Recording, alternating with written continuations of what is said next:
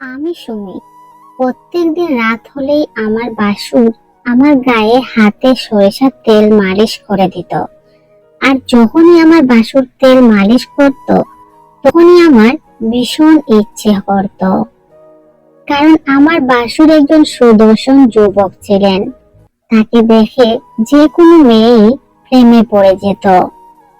আমি এখন 23 বছরের সুন্দরী তরুণী বিধবা।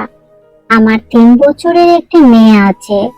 তারপর সেদিন রাতে আমার বাসুর যখন সরিষার তেল মালিশ দিতে আসে, তখন আমার মেয়ে গভীর ঘুমে ছিল। তারপর সারা রাত আমাদের মাঝে যা হয় তা শুনে আপনারাও আশ্চর্য হবেন। আমার 19 বছর হতে না হতেই বাবা মা আমাকে বিয়ে করে দেন। কিন্তু হায় রে আমার দুর্ভাগ্য, কারণ আমার বিয়ের 5 বছর পরেই তো আমার স্বামী মারা যায়। স্বামী মারা যাওয়ার পরে এটাই ভাবতাম যে আমার কপালেই কেন এত খারাপ ছিল। কারণ আমার স্বামী যেমনই ছিল না কেন, সে তো আমাকে ভালোবাসতো। আসলে আমার স্বামী কোনো কাজ কর্ম করতে চাইতো না। সে ভীষণ অলস ছিল। সারাদিন বাড়িতে ঘুমিয়ে বসে কাটিয়ে দিতেন। এমনকি আমি তাকে বলতাম, তুমি তোমার ভাইয়ের দোকানে গিয়েও বসতে পারো, কিন্তু সে আমার কোনো কথার উত্তর দিত না। আমার ভাসুরের একটা সারের দোকান ছিল এবং তিনি একজন পাকা ব্যবসায়ী। আমার ভাসুর খুবই কর্মযোগ্য এবং দায়িত্বশীল পুরুষ ছিলেন। আমার ভাসুর আমাদের ভীষণ খেয়াল রাখতেন। কিন্তু জানি না কেন নিজের ছোট ভাইয়ের বিয়ের পরেও সে কোনোদিন নিজের সংসারের কথা ভাবেনি, নিজের বিয়ের কথা কখনো ভাবেনি। আমার স্বামী যখন বেঁচে ছিল, তখন আমিও আমার স্বামী মিলে ভাসুরের সাথে মজা করতাম যে এবার সে যেন বিয়ে করে কোনো মেয়েকে বাড়ি নিয়ে আসে। কিন্তু তিনি রাজি হননি। বলতেন, তোমরাই আমার সংসার, তোমরাই আমার সবকিছু। তাই আজকের পর থেকে আমাকে আর বিয়ের কথা কেউ বলবে না। তারপর একদিন আমরা সবাই খাওয়া দাওয়ার পরে যার যার রুমে গিয়ে ঘুমিয়ে পড়ি। সকালবেলা ঘুম থেকে উঠে দেখি আমার পায়ের তলা থেকে মাটি সরে যায়। কারণ সেদিন সকালবেলা আমার স্বামী আর ঘুম থেকে উঠেনি। সেই দুনিয়া ছেড়ে চলে গিয়েছে, আর আমার দুনিয়া উজাড় হয়ে গিয়েছিল। স্বপ্নেও ভাবিনি এই একটা রাতের মধ্যে আমার জীবনটা এত ভয়ানক ভাবে পাল্টে যাবে। তখন আমার মেয়ের বয়স ছিল 3 বছর। সে তো এটাও বুঝতো না যে তার বাবা তাকে ছেড়ে এই দুনিয়া থেকে চলে গেছে। স্বামী মারা যাওয়ার পর ভেবেছিলাম যে আমার জীবনটাও শেষ হয়ে গেছে। কারণ যতই হোক না কেন, একজন সধবা আর বিধবা মেয়ের মাঝে অনেক পার্থক্য রয়েছে। স্বামী যেমনই হোক না কেন, সে তার স্ত্রী বাচ্চার মাথার ছায়া হয়ে থাকে। স্বামী মারা যাওয়ার পরে আমার মা এসেছিল আমাকে নিয়ে যেতে।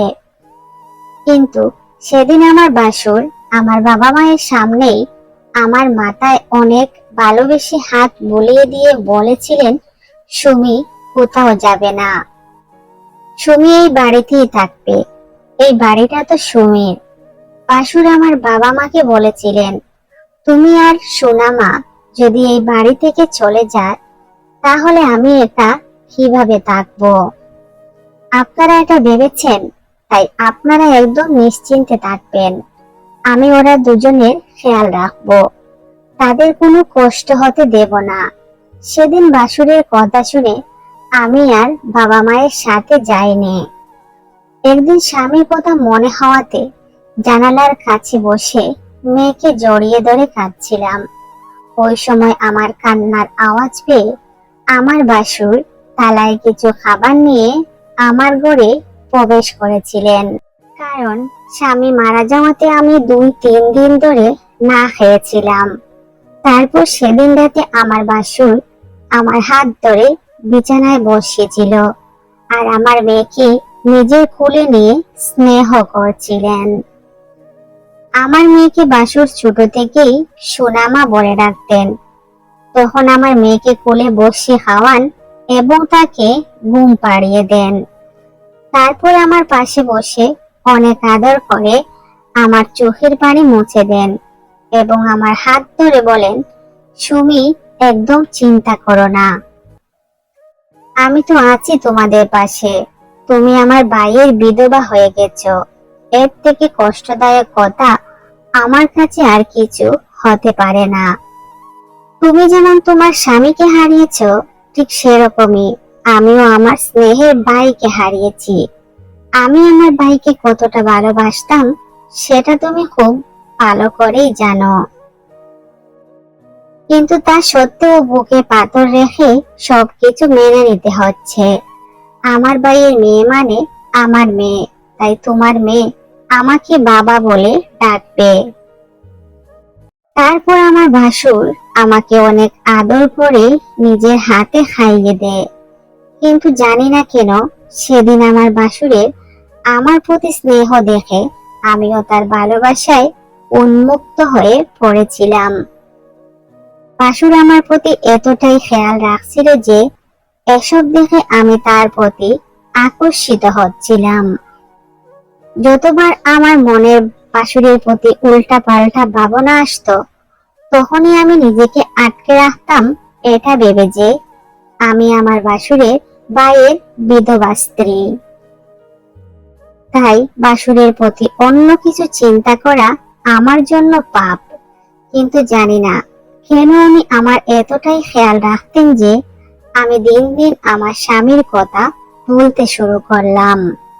এইভাবে আমার স্বামী মারা যাওয়ার পর 2 মাস হয়ে গেল।